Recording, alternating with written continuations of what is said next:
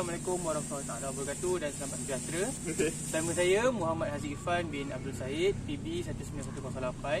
Hari ini kita akan berbual secara santai untuk mengetahui lebih lanjut akan kefahaman individu di Malaysia tentang amalan beretika. Jadi bersama saya pada hari ini, boleh perkenalkan diri? Saya Muhammad Azmi bin Faiman, merupakan seorang student. Belajar kat mana ya, Cik Azmudin? Saya belajar dekat Universiti Malaya, Universiti Malaya UM. Baik. Apakah sebelum buat degree di UM, sebelum ni anda buat apa? Okay. Sebelum saya sambung belajar ke peringkat ijazah sarjana muda, saya mengambil program matrikulasi dalam bidang account. Dan cita-cita? Cita-cita? Cita-cita. Okay. Walaupun saya ambil account tapi tak ada kaitan pun dengan account. So cita-cita saya dengan jurusan saya sekarang iaitu sebagai kaunselor. Degree dalam? Degree saya ijazah sarjana muda kaunseling. Kaunseling, dan nak jadi kaunselor. Ya. Bagus. Memang kena dengan topik ni. Okey, baik. Awak anak keberapa?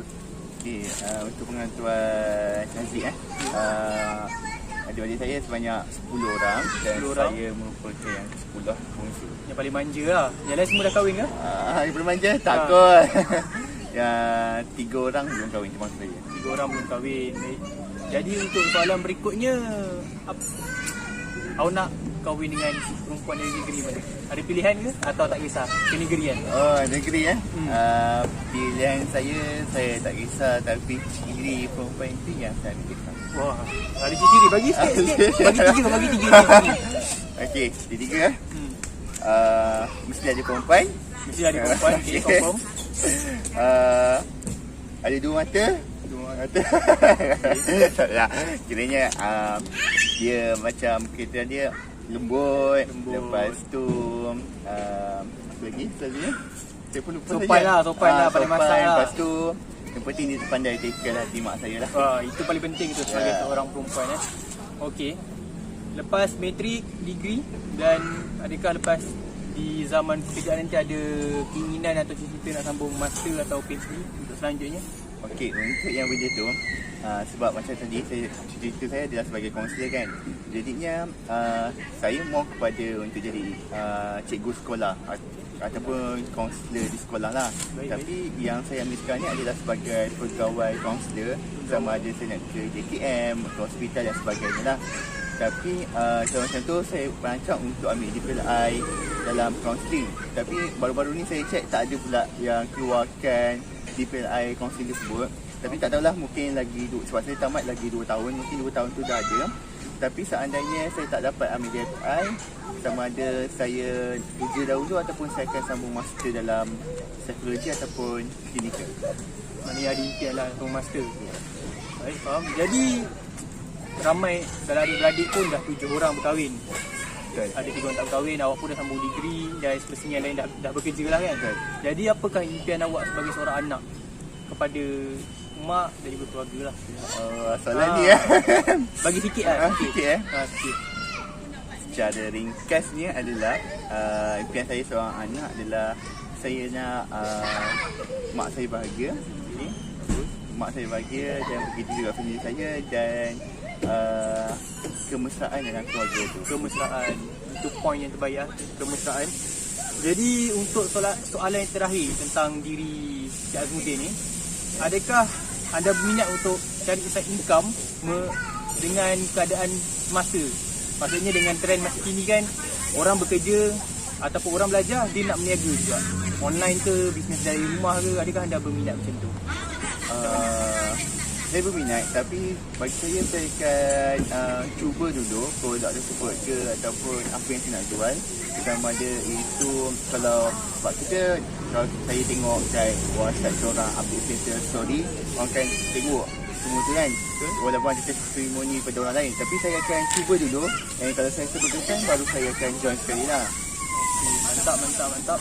Okey, untuk semua yang di sana, itu je setakat ni untuk soalan khusus mengenai diri Cik Azmudin kita. Dan selepas ni kita akan bertanya mengenai soalan-soalan mengenai amalan beretika.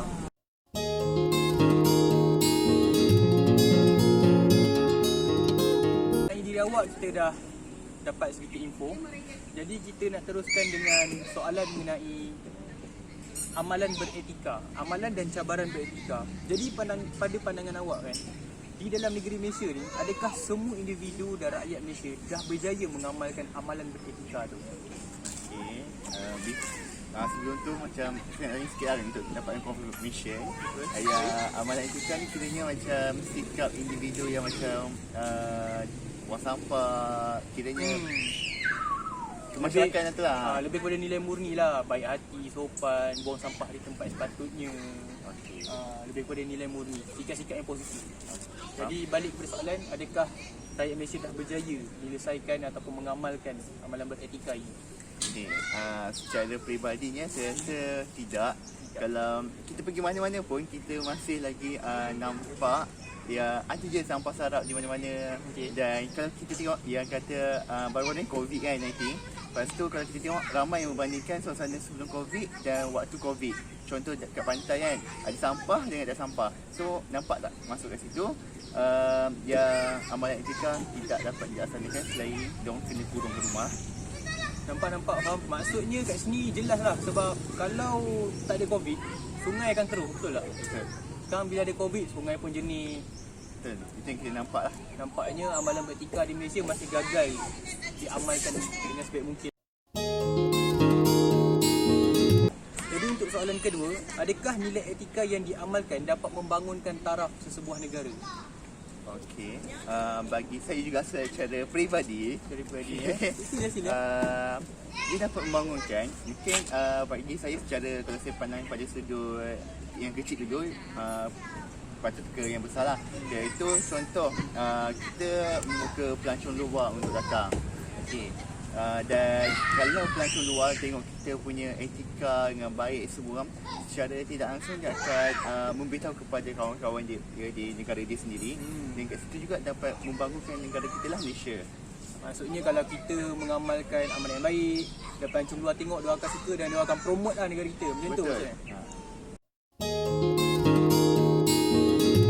Jadi untuk soalan ketiga, adakah cabaran terhadap individu untuk mengamalkan sikap etika dalam kehidupan seharian mereka? Jadi untuk secara ringkasnya, soalan ketiga ni, adakah terdapat pelbagai cabaran untuk kita amalkan? Adakah habit ke menghalang? Adakah rasa sebaya ke? Jadi apakah rasa cabaran untuk mengamalkan sikap beretika? Okay, bagi saya adalah ada cabaran dia. Terutamanya rasanya kepada habit lah yang tadi, tabiat dia lah. Iaitu sebab dia dah pernah buat dan dia akan buat lagi lah. Contoh mungkin secara tak sedar dia akan macam jalan-jalan buang sampah. Lepas tu benda tu dia akan berulang lagi tanpa kalau tak ada orang tegur. Walaupun sekecil plastik gula-gula, Ya, dia betul. tetap sampah. Okey, baik, faham. Jadi maknanya memang sangat susah lah nak amalkan. Ya, betul. Sebab kita dah biasa dengan diri kita kan. So nak ubah tingkah laku tu susah. Okey, untuk soalan seterusnya Cik Azmudin, soalan keempat, adakah dengan kita sebagai individu dan masyarakat Malaysia mengamalkan sikap beretika ni di tempat awam, di rumah, dapat mengeratkan hubungan di antara masyarakat majmuk di Malaysia yang pelbagai kaum ni? Adakah ia berkaitan? Maksudnya ia mampu mengeratkan antara kaum ke kalau kita bersikap beretika di tempat awam, baik di rumah? Okey. Saya rasa macam ia mampu. Contohlah saya ambil konsep kalau kita tengok sekarang ni, konsep kejiranan kita tak adalah rasis, iaitu ada je ada yang Cina, Melayu, India kan. So dekat sini juga macam bila kita jaga kebersihan keberjiran semua tu, secara tak langsung kita pun nampak bagi persepsi yang baik kepada jiran kita, tak kisahlah kaum apa pun. Dan kat situ juga akan menunjukkan family ni ataupun kita ni beretika, ada sopan santun dan sebagainya. Maksudnya bila kita mengamalkan amalan beretika ni, orang pun selesa dia dengan kita. Betul. Dan walaupun berlainan bangsa, kita mampu akrab lah. Maksudnya macam tu. Okay. Untuk soalan kelima, dia berkaitan dengan isu semasa sikit dan pandangan secara peribadi. Untuk soalan kelima, adakah isu rasuah di negara kita yang mendapat perhatian dunia mengenai beberapa perkara dan beberapa isu semasa, adakah ia ada kaitan dengan sikap beretika seseorang itu? isu rasuah dan sikap beretika. Ini memang isu semasa betul. Apakah pandangan anda? Bagi saya kalau rasuah ni bukan di negara kita juga, tapi negara yang lain pun ada. So kalau dikatakan etika, secara kalau dikatakan di konsep yang lain, iaitu etika sebagai seorang pemimpin dan sebagainya kan, dia memainkan peranan lah. Bagi saya benda ni adalah tunjuk kepada konsep amanah jugalah sebagai seorang tu. Sebab selalunya bila kata rasuah dan dapat perhatian ramai ni ada daripada pemerintah.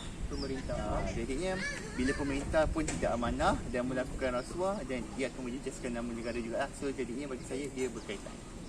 Maksudnya walau berapa pun umur orang itu, seorang itu, individu itu, sama ada muda ataupun tua, mereka masih mengalami masalah untuk mengamalkan amalan beretika ya. Betul, bagi saya secara rasuah ni adalah secara peribadi ataupun dia ada kelompok dia yang memang dah ngam lah ataupun itulah. Baik Cik Azmudin, untuk soalan berikutnya mengenai isu semasa lagi, adakah dengan perkembangan teknologi masa kini dengan pelbagai gadget yang canggih di tempat kerja, di mana-mana juga, adakah ia sama ada ia mengganggu ataupun semakin memudahkan untuk kita mengamalkan sikap beretika, sama ada di tempat kerja ataupun di rumah? Macam contohnya kan, apa yang saya boleh bagi penjelasan, contohnya bila di tempat kerja kita ada handphone, ada gadget, dan kebanyakannya orang akan online. Jadi macam mana, apakah pandangan? Semakin memudahkan, maknanya teknologi ini semakin memudahkan ataupun semakin menyukarkan untuk kita bersikap ataupun mengamalkan amalan beretika? Saya faham. Jadinya bagi saya adalah dia adalah memberi impak yang positif, banyak positif lah berbanding negatif. Tapi bagi saya positif, iaitu di mana bila ada teknologi yang sekarang ni, dia juga dapat macam menyalurkan contohnya publicity tentang etika, jangan buang sampah. Dari situ kita dapat meluaskan lagi pasal etika lah. Okey, lepas tu pada sudut positif juga, kalau kita tengok teknologi sekarang pun mungkin dia dapat eratkan, macam kalau sebelum ni mungkinlah kita dah tersilap etika kita ataupun kita sampai kepada kawan-kawan yang lama ke kan. So dengan kalau kita dapat nombor kawan yang baru tu, so jadi kita boleh contact dia untuk minta maaf ke, dan kalau anda kata kita buat silap dalam etika juga, kita boleh gunakan media sekarang, teknologi sekarang untuk membantu benda. Maksudnya dengan teknologi masa kini kita dapat beretika dari segi saling menjaga silaturahim lah, begitu. Dia banyak konsep, tapi yang saya sampaikan itulah. Kita pun dah masuk ke hampir fasa terakhir PKPP. Jadi berkenaan soalan ketujuh ni, ia ada kaitan dengan sedikit isu semasa berkenaan PKP, iaitu adakah sikap beretika ni susah untuk diamalkan di mana jua kita berada, sama ada di negara sendiri ataupun di negara orang lain. Ini kerana pada PKP yang lepas, kita dapat lihat warga-warga asing, baik apa-apa dari negara mana juga, mereka membuang sampah di tingkat atas, malas nak keluar rumah. Jadi isu ini dah membangkitkan satu budaya negatif. Jadi berbalik kepada soalan, adakah amalan beretika susah untuk diamalkan di negara orang lain ataupun di negara kita sendiri? Apakah pandangan anda? Okay, pandangan saya, suka tu adalah dia bergantung kepada diri individu sendiri. Macam soalan yang sebelum ni lah yang saya cakap tu.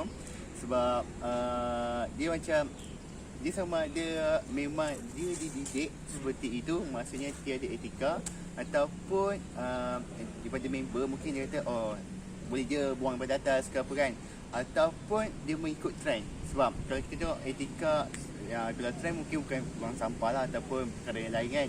Sebab trend-trend ni akan membuatkan nak cubalah, standard lah semua orang buat, nak popular lah, betul. Betul. Dia macam dah satu kebiasaan untuk masyarakat kita yang sekarang ni ikut trend. Jadinya dia memang suka, dia bergantung pada diri individu tu sendiri dan macam mana dia ambil tindakan tu lah. Jadi untuk soalan yang ke-8 ni, pada pandangan anda, adakah seseorang yang mempunyai kejayaan yang baik, orang kata ada SPM, ada diploma, SPC, matrik ataupun degree, adakah mereka pasti beretika? Adakah akademik tu mencerminkan dia adalah orang yang beretika? Okey. Berikan hujah anda, pandangan. Bagi saya tidak semua. Tidak tahu. Sebab kalau nak katakan semua orang beretika, maksudnya dia perfect lah bagi saya. Perfect. Okey, tapi bagi saya manusia itu tidak perfect. Tidak sempurna Tidak sempurna. Jadinya orang yang berjaya atas adalah usaha dia untuk dalam akademik. Okey. Tapi orang yang berjaya dan cemerlang adalah dia masukkan dengan etika dia dan sebagainya lah. Jadinya kita dapat bezakanlah orang yang cemerlang sebabkan dia belajar akademik dan orang yang cemerlang daripada segi sasiah dia semua. Sebab kita boleh tengok kadang-kadang arkitek ke, engineer ke, kadang masuk simpang pun tak bagi signal, betul tak? Betul. Termasuk dengan student kan? Saya bagi signal lah. Bagi signal. Bagus. Berkenaan di Subuh Raya berkaitan dengan soalan ke-9 kita. Baru-baru ni di Malaysia hangat dengan isu semasa pemandu mabuk melanggar penunggang motosikal, geng-geng Grab, Foodpanda. Jadi dari sudut pandangan secara peribadi, atas orang kata tindakan yang akan dikenakan kepada pemandu mabuk, adakah ia patut juga diberi kepada geng-geng motosikal yang melakukan aksi-aksi berbahaya? Adakah mereka ni mempunyai satu masalah etika yang sepatutnya diberikan satu amaran untuk mereka berubah? Pada pandangan anda, adakah ianya isu yang sama dan bagaimana untuk memberikan mereka perubahan, cara perubahan tu? Okey, secara peribadi bagi saya, kalau saya tengok sama ada mabuk dan penunggang Motosikal. okey, maaf. Jadinya dua ni adalah berbeza bagi saya.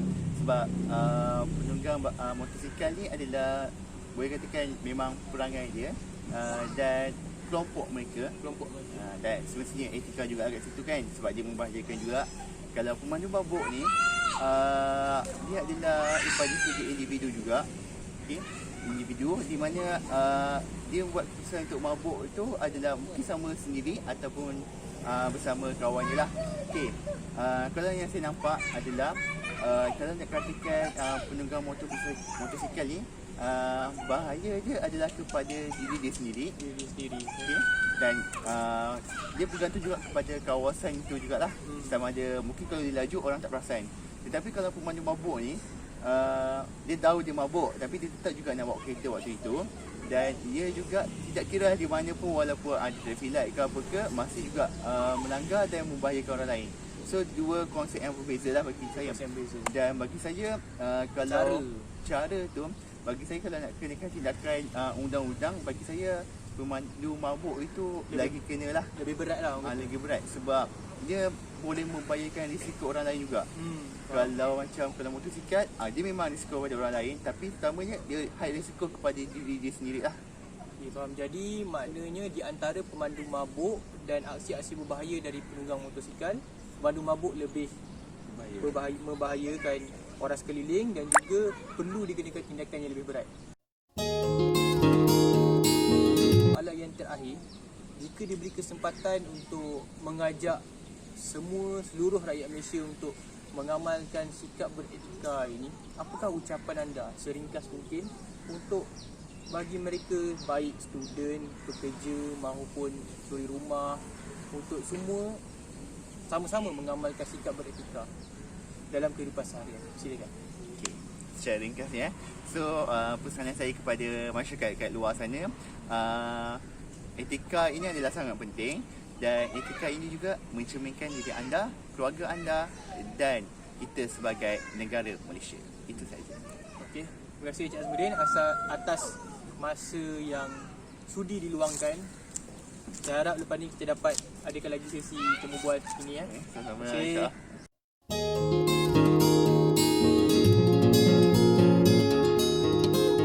Assalamualaikum warahmatullahi wabarakatuh.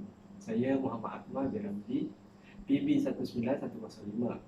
Pada hari ini, saya ingin menemubual seorang pelajar daripada Universiti Kebangsaan Malaysia, iaitu UKM, berkenaan dengan amalan mengamalkan sikap nilai beretika. Okey. Boleh cik perkenalkan diri? Okey, nama saya Farah Nazihah binti Ramli. Ya, saya student daripada UKM. Tapi saya bekas student ya. Saya dah graduate tahun lepas 2019. Dan sekarang saya bekerja sebagai pembantu juru audit. Okey. Boleh cik cerita serba sedikit tentang perjalanan cik semasa cik belajar sehingga cik habis belajar? Selepas habis SPM, saya terus ke Kolej Matrikulasi di Selangor dan saya ambil kos account, dan kos ni dia 1 tahun saja, dan selepas tu saya dapat tawaran degree di UKM, dan dekat UKM pun saya ambil perakaunan dan selama 4 tahun, dan selepas itu saya bekerja terus. Kerja juru audit tadi. Ya. Itulah pekerjaan saya yang pertama. Okey. Dalam cerita cik tadi, cik sudah sambung belajar di matrikulasi selama 1 tahun dan degree di UKM iaitu Universiti Kebangsaan Malaysia selama 4 tahun. Okey. Ada tak perasaan ingin sambung belajar tu masih ada lagi dalam diri cik? Maksud encik sambung belajar ke peringkat lebih tinggi atau apa? Sambung ke master itu semua lah. Okey, proses belajar ni dia memang susah. Susah lah bagi saya. Nak ni ke peringkat yang lebih tinggi. Bila dia lebih tinggi, dia akan lebih susah. Susah tu akan makin tinggi lah. Jadi nak kata tak ada tu, tak adalah, tak ada. Tapi adalah perasaan ingin melanjutkan yang lebih tinggi. Tapi buat masa sekarang ni, saya target untuk buat pelajaran profesional lah, untuk ambil profesional. Contoh macam ambil ACCA ataupun MIPA, sebab saya boleh menjadi seorang accountant ataupun juru audit, dan sijil-sijil profesional seperti ACCA, MIPA tu memang berbaloi lah bagi saya. So kiranya bila dah ambil sijil-sijil tu, cik kena berhenti dulu ke boleh bekerja sambil belajar? Boleh. Sijil-sijil ni dia boleh ambil belajar sambil bekerja, ambil belajar part time lah. Tapi bila kita ambil part time ni, tempoh belajar tu lagi lama. Itu salah satu kekurangannya lah. So kalau nak habis cepat, kenalah full time, macam tu lah. Tapi kalau bagi saya rasa saya akan ambil part time lah. Sebab yelah, keuangan pun susah kan nak cari sekarang. Takkan nak tambah hutang lagi, ekonomi pun makin merosot sekarang.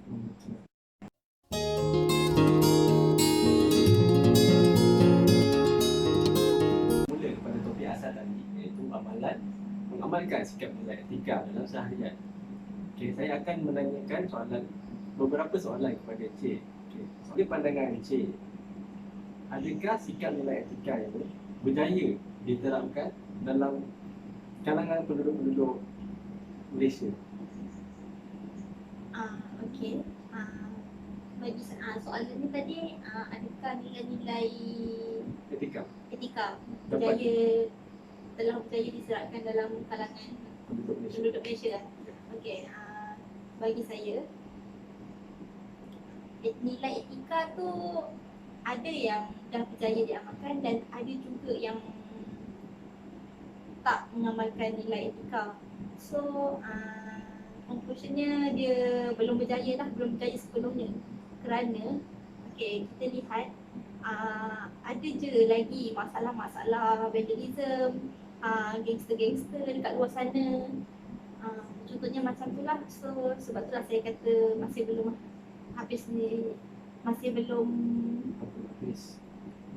berjaya diterapkan.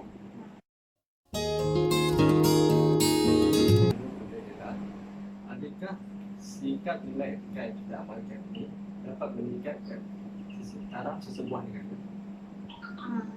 Ya, bagi saya ya. Sebab nilai etika ataupun nilai moral ni, kita akan dapat bagi contoh yang baik kepada orang lain.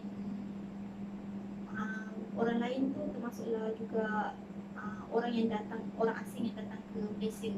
Bila kita bersikap baik terhadap mereka, kita punya etika pun okey, tak buang sampah merata-rata, dan negara kita akan jadi bersih. Dan orang asing ni dia akan pelancong, maksudnya pelancong ni dia akan anggap negara kita ni bagus. Dan bila dia anggap negara kita bagus, dia akan cakap dengan kawan-kawan dia semua tentang Malaysia, dan kawan-kawan dia pun akan datang ke Malaysia, dan benda ni akan meningkatkan kita punya pelancongan jugalah. Dapat meningkatkan pelancongan. Ketiga, apakah cabaran yang dihadapi oleh seseorang itu dalam mengamalkan nilai beretika? Cabaran dalam mengamalkan nilai etika ni, dia adalah sebab seseorang tu dia terlalu ikut budaya lama. Contoh dia macam terbiasa, contoh macam seorang perokok, dia dah terbiasa buang puntung rokok tu sepah-sepah, dan bila dia nak try untuk buang dekat tempat yang sepatutnya, kadang-kadang dia terbiasa untuk buang di tepi jalan, jalan dah habis tu dia buang macam tu. Dia tak sengaja macam tabiat dia. Tabiat dia. Tapi benda tu tak mustahil lah kalau orang tu konsisten untuk bentuk diri dia, untuk mengamalkan etika dalam diri dia. Benda tu tak mustahil lah kalau nak berubah. Kita ni negara Malaysia terdiri daripada pelbagai kaum. Kita terdiri daripada bangsa Cina, bangsa India, bangsa Melayu dan sebagainya. Okey. Adakah sikap nilai etika ini dapat mengeratkan lagi hubungan antara kaum-kaum kita ini? Ya, sebab dengan adanya sikap beretika, kita dapat memupuk sifat hormat menghormati antara satu sama lain, antara setiap bangsa yang ada di Malaysia ni. Sifat hormat menghormati ni penting kepada kita. Setiap agama juga menitik beratkan sifat hormat menghormati ni. Jadi apabila kita dah membentuk perspektif yang positif terhadap orang lain, mereka akan terjalin hubungan yang lebih erat. Okey, soalan yang kelima juga berkenaan dengan isu rasuah. Isu rasuah di negara kita ini semakin mendapat perhatian daripada di kalangan negara yang lain. Apa yang kita dapat ni, kenapa peningkatan kes-kes rasuah ini dia semakin meningkat? Pada pendapat saya, isu rasuah ini berlaku disebabkan oleh sifat tamak seseorang. Okay. Kalau seseorang tak ada sifat tamak, rasuah akan terjadi. Sebenarnya rasuah ini juga dapat dielakkan jika mereka mempunyai jati diri yang tinggi dalam diri mereka. Seseorang yang ada keinginan melebihi kemampuan juga akan cenderung untuk melakukan rasuah apabila ada peluang yang terbuka di hadapan mereka. Okey. Dia punya itu dengan tawaran yang besar, Ya. dia mudahlah.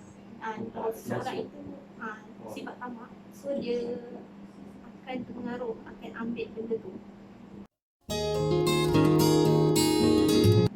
Pada zaman yang serba canggih dan pelbagai teknologi pada masa kini, adakah sikap beretika semakin sukar ataupun semakin senang diamalkan di tempat kita? Teknologi ni sebenarnya dia ada kebaikan dan juga keburukan. Kita kena tengok dari segi macam mana seseorang tu menggunakannya. Okey, sekiranya seseorang tu menggunakannya dengan baik, maka perkara yang baiklah yang akan terjadi. Contohnya kerja tu akan tersusun, akan teratur kerana kita mempunyai sistem yang baik dan juga tersusun. Sistem yang sistematik. Okey. Sebaliknya, sekiranya kita menggunakan untuk benda yang jahat, benda yang tak baik seperti memfitnah dan sebagainya, maka berlakulah ketidakpuasan antara pekerja atau pelanggan. Okey, selain itu juga teknologi juga boleh berlaku jenayah cyber kerana semuanya berada di hujung jari.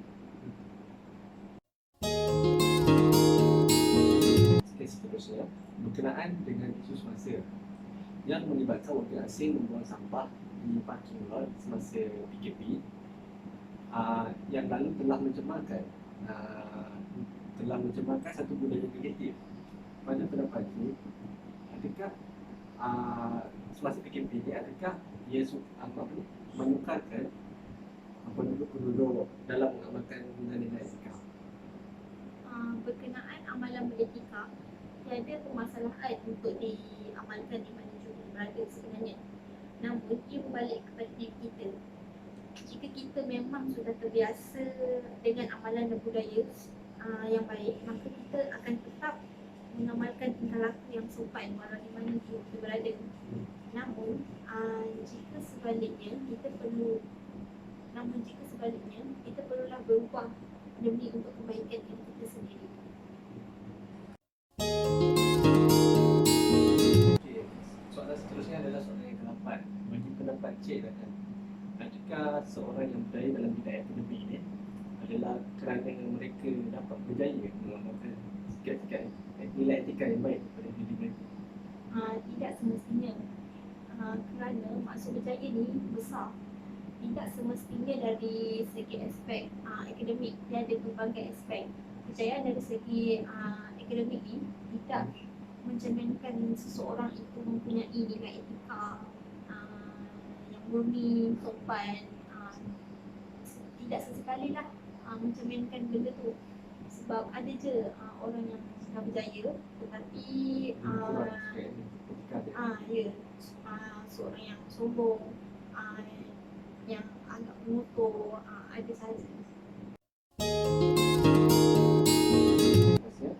Berkaitan dengan isu semasa, apakah pada pandangan Cik, apakah tindakan yang sewajarnya kepada pemandu-pemandu yang baru yang melibatkan kemalangan di jalan raya?